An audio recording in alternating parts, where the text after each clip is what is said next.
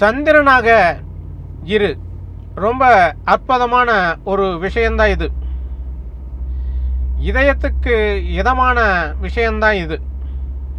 வாழ்க்கையில் மனிதன் எப்பொழுதும் ஒரு விஷயத்தை நல்லா தெரிஞ்சுக்கணும். எப்பொழுதுமே மற்றவர்களுக்கு சந்தோஷத்தை கொடுக்கக்கூடிய மனிதனாக இந்த மண்ணில் வாழ வேண்டும். மற்றவர்களுக்கு மகிழ்ச்சியை கொடுக்கக்கூடிய மனிதனாக இந்த பிரபஞ்சத்தில் இருக்க வேண்டும்.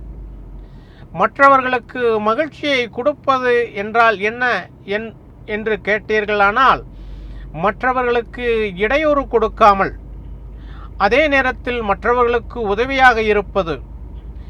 பொருளால் மட்டுமல்ல, உடலாலும் உதவியாக இருக்க முடியும் என்பதை நினைவில் வைத்துக் கொள்ளுங்கள்.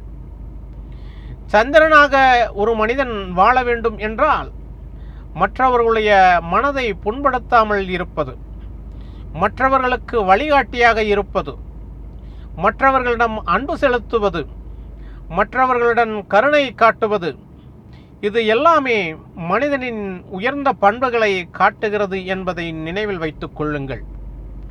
ஒரு மனிதன் சந்திரனாக வாழ வேண்டும் என்றால், வாழ்க்கையில் எப்பொழுதும் மகிழ்ச்சியாக இருக்க வேண்டும் என்றால், எல்லோரிடமும் அன்பு காட்ட வேண்டும், எல்லோரிடத்திலும் பணிவாக இருக்க வேண்டும், எல்லோருக்கும் சேவை செய்ய வேண்டும். இந்த மண்ணுலகில் பிறந்த அத்தனை உயிர்களுக்கும் சேவை செய்ய வேண்டும். அத்தனை உயிர்களிடமும் அன்பு காட்ட வேண்டும்.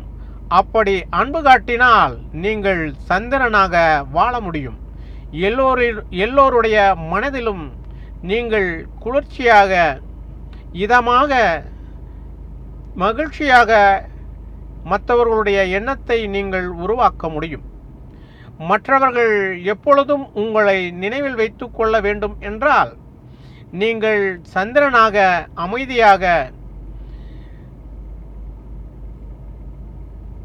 வெப்பமில்லாமல் குளிர்ச்சியாக இருக்க வேண்டும்.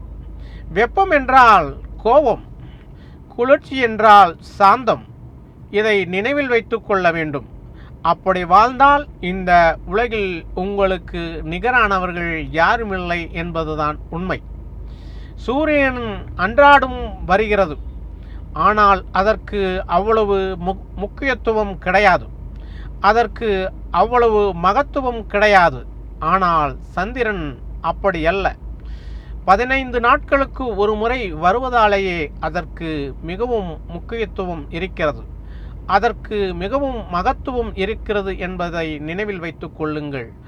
ஆகையால் நீங்கள் எப்பொழுதும் சந்திரனாக வாழ கற்றுக்கொள்ளுங்கள். நன்றி.